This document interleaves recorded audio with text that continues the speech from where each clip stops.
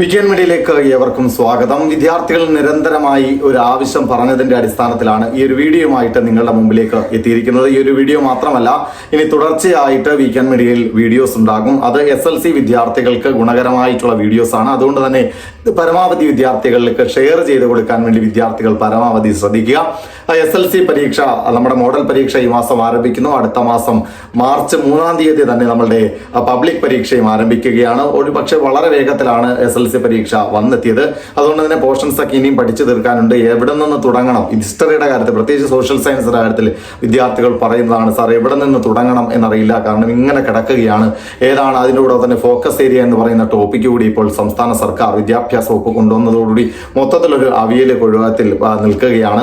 അപ്പോൾ എന്തായാലും വളരെ പ്രധാനമായിട്ടും നമ്മൾ ഫോക്കസ് ചെയ്ത് പഠിക്കേണ്ട ഏറ്റവും പ്രധാനപ്പെട്ട ചോദ്യങ്ങൾ, അതുമായി ബന്ധപ്പെട്ട വിദ്യാർത്ഥികളുടെ സംശയങ്ങൾ, ഇതുമായിട്ടൊക്കെയാണ് ഈ ഒരു വീഡിയോ. അപ്പോൾ തീർച്ചയായിട്ടും പരമാവധി വിദ്യാർത്ഥികളിലേക്ക് ഷെയർ ചെയ്ത് കൊടുക്കാൻ വേണ്ടി നിങ്ങൾ എല്ലാവരും ശ്രദ്ധിക്കുക.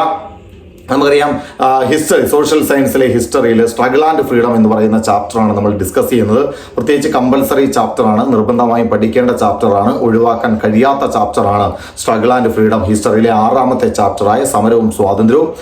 5 മാർക്കിനാണ് ഈ ചാപ്റ്ററിൽ നിന്ന് ചോദ്യം ഉണ്ടാവുക. 4 മാർക്കിന്റെ ഒരു ചോദ്യവും ഒരു 1 വേർഡും.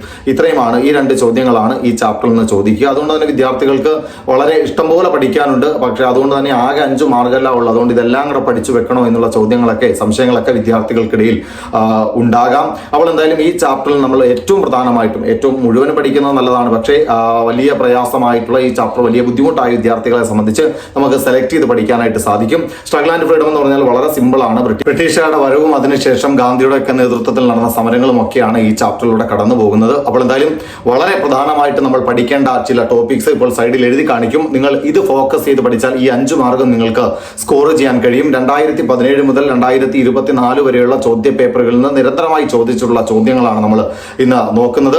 നമ്മൾ ആദ്യം പഠിക്കേണ്ടത് ഏർലി സ്ട്രഗിൾസ് ഓഫ് ഗാന്ധിജി എന്ന് പറയുന്ന ടോപ്പിക്കാണ്. ഗാന്ധിജി ദക്ഷിണാഫ്രിക്കയിൽ നിന്ന് ഇന്ത്യയിലേക്ക് മടങ്ങിയെത്തുന്നു. തന്റെ രാഷ്ട്രീയ ഗുരുവായിരുന്ന ഗോപാലകൃഷ്ണ ഗോഖലെയുടെ നിർദ്ദേശപ്രകാരം ഇന്ത്യ മുഴുവൻ അദ്ദേഹത്തിന് സഞ്ചരിക്കേണ്ടി വന്നു. അങ്ങനെ സഞ്ചരിക്കുന്നതിനിടയിൽ 1915 അദ്ദേഹം ഇന്ത്യയിലേക്ക് മടങ്ങിയെത്തുന്നത്. അദ്ദേഹം സഞ്ചരിക്കുന്നതിനിടയിൽ അദ്ദേഹത്തിന് 3 പ്രധാനപ്പെട്ട പ്രാദേശിക സമരങ്ങൾ ഏറ്റെടുക്കേണ്ടി വന്നു, അല്ലെങ്കിൽ അതിൽ കൈവെക്കേണ്ടി വന്നു എന്നുള്ളതാണ്. ഒരുപക്ഷെ ഗാന്ധിജി എന്ന് പറയുന്ന നേതാവിനെ നമ്മൾക്ക് കിട്ടുന്നത് ഈ 3 സമരങ്ങളിലൂടെയാണ്.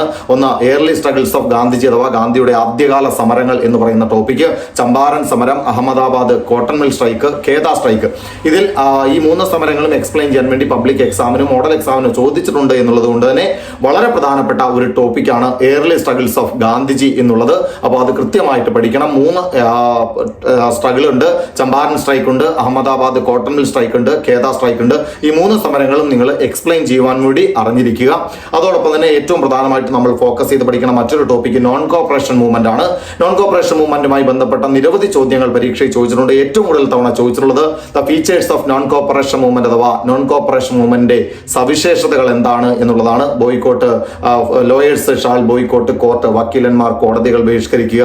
Students shall boycott English schools, വിദ്യാർത്ഥികൾ ഇംഗ്ലീഷ് വിദ്യാലയങ്ങൾ ബഹിഷ്കരിക്കുക. Public shall boycott foreign products, പൊതുജനങ്ങൾ വിദേശ വസ്തുക്കൾ ബഹിഷ്കരിക്കുക. അങ്ങനെ കുറെ ടോപ്പിക്സ് ഉണ്ട്. ഇതിന്റെയൊക്കെ എക്സ്പ്ലനേഷൻ ആയിട്ടുള്ള അല്ലെങ്കിൽ എക്സ്പ്ലെയിൻ ചെയ്തുള്ള ക്ലാസ് വേണമെങ്കിൽ തീർച്ചയായിട്ടും പറഞ്ഞു തന്നാൽ നമ്മൾ അത് എടുത്തു തരുന്നതാണ്. അപ്പം അത് നിങ്ങൾ ഫോക്കസ് ചെയ്ത് പഠിക്കണം. അതോടൊപ്പം തന്നെ constructive programmes of non cooperation movement, നിസ്സഹകരണ സമരവുമായി ബന്ധപ്പെട്ട് ഇന്ത്യയിലെ ജനങ്ങൾ ഏതൊക്കെ നിർമ്മാണ പ്രവർത്തനങ്ങളാണ് നടത്തിയത് എന്നുള്ള ഒരു 4 പോയിന്റ് പഠിക്കാനുണ്ട് ആ ടോപ്പിക്കിൽ. അപ്പം അതും കൃത്യമായിട്ട് ഫോക്കസ് ചെയ്ത് പഠിക്കുക.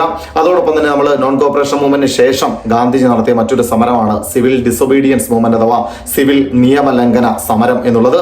ആ സിവിൽ നിയമലംഘന സമരവുമായി ബന്ധപ്പെട്ട് ഗാന്ധിജി നടത്തിയ സോൾട്ട് സത്യാഗ്രഹം, ഉപ്പ് സത്യാഗ്രഹം, അത് വളരെ ഇമ്പോർട്ടന്റ് ആണ്. എക്സാമിന് ഏറ്റവും കൂടുതൽ തവണ ചോദിച്ചിട്ടുള്ളത് സോൾട്ട് സത്യാഗ്രഹയുടെ റീസൺ ആണ്. അഥവാ സോൾട്ടിനെ ഒരു പവർഫുൾ വെപ്പണായി തിരഞ്ഞെടുക്കാൻ ഗാന്ധിജിയെ പ്രേരിപ്പിച്ച കാരണം എന്താണ് എന്നുള്ള ഒരു ടോപ്പിക്ക്. അപ്പോൾ അതിൽ നിന്ന് വളരെ കൃത്യമായിട്ട് തന്നെ ആ 4 റീസൺസ് കൃത്യമായിട്ട് പഠിച്ചോണം. സോൾട്ട് സത്യാഗ്രഹയുടെ റീസൺസ്, അല്ലെങ്കിൽ ഒരു പവർഫുൾ വെപ്പണായി സോൾട്ടിനെ തിരഞ്ഞെടുക്കാൻ ഗാന്ധിജിയെ പ്രേരിപ്പിച്ച കാരണം എന്താണ്. അതിനുശേഷം ക്വിറ്റ് ഇന്ത്യ മൂവ്മെന്റ് ആണ്. ക്വിറ്റ് ഇന്ത്യ മൂവ്മെന്റ് എക്സ്പ്ലെയിൻ ചെയ്യാൻ 2023 പബ്ലിക് എക്സാമിന് ചോദിച്ചതാണ്. Quit India movement, write a brief not on quit India movement എന്നൊരു ചോദ്യം ഉണ്ടായിരുന്നു. അപ്പോൾ ക്വിറ്റ് ഇന്ത്യ മൂവ്മെന്റ് എന്താണ് എന്ന് 4 മാർക്കിന് കൃത്യമായിട്ട് വിദ്യാർത്ഥികൾ പഠിച്ചിരിക്കണം.